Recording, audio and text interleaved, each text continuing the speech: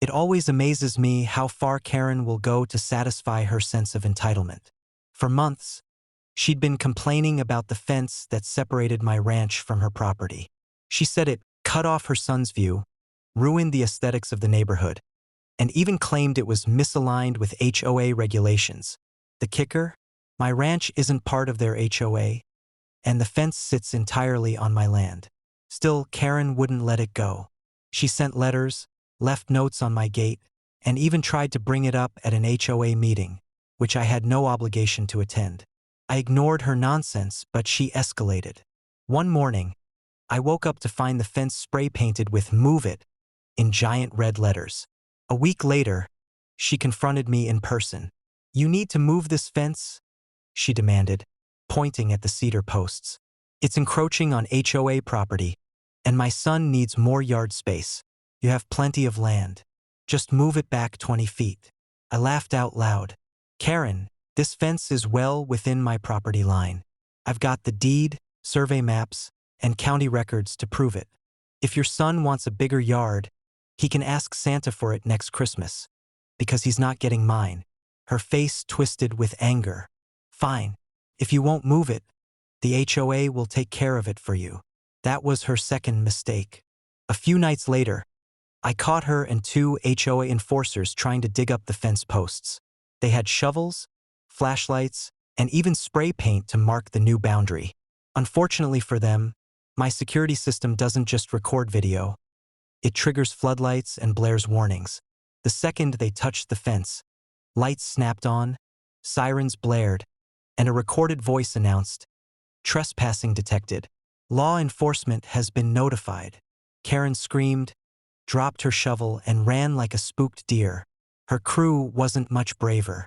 By the time I stepped out with my phone recording, they were halfway down the road.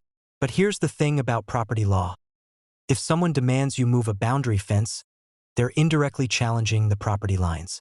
And if they're wrong, you can countersue. So instead of just reinforcing my fence, I called my attorney. We filed a property encroachment case, but not against me. Against Karen. You see, her pool deck, which she had expanded 2 summers ago without permits, actually extended 3 feet over onto my land. She had been so obsessed with my fence, she never realized her own backyard was the real violation. The case went to court, and it was almost comical.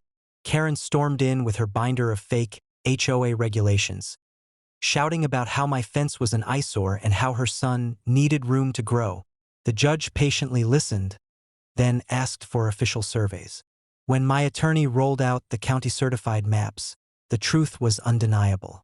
The fence was perfectly placed, but her pool deck, patio, and a portion of her shed sat squarely on my property. Karen's face went pale. "That can't be right. That's a mistake." The judge shook his head. "No mistake. You've encroached on his land. You have 60 days to remove your structures or forfeit that portion of property to him." The courtroom gasped.